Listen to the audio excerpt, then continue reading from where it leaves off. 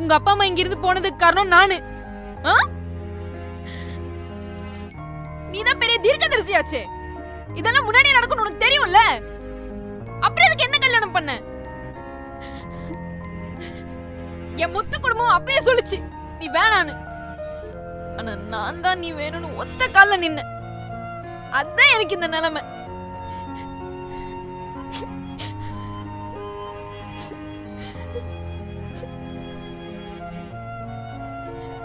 என் பேரே தெரியாம நீ என்ன கல்யாணம் பண்ணியும் நீதான் என் புருஷன் நினைச்சு வாழ்ந்துட்டு இருக்கல்ல. நீ இதுவும் பேசுவ, இதுக்கு மேலேயும் பேசுவ. அப்படி நான் நினைச்சேன், நான் சுத்த கூட உன் மூஞ்சில முழிக்க மாட்டேன்.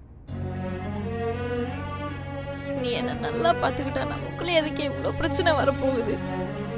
நீ பண்ண விஷயம் ஒண்ணு என் வீட்டுக்கு தெரிஞ்சா கூட நடக்கிறதே வேற. அதுக்குதான் நம்ம இங்கிருந்து போயிடலான்னு உன்னை வர சொன்னேன். நீ மாறுவ, நம்ம வாழ்க்கை மாறும்னு நினைச்சேன்.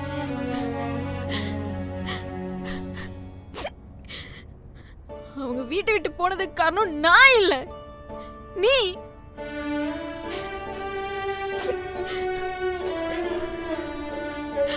அப்படி என்ன உன்கிட்ட சொந்தம் கண்டுட்டு உன்னை சுத்தி சுத்தி வர நினைச்சிட்டு இருக்க?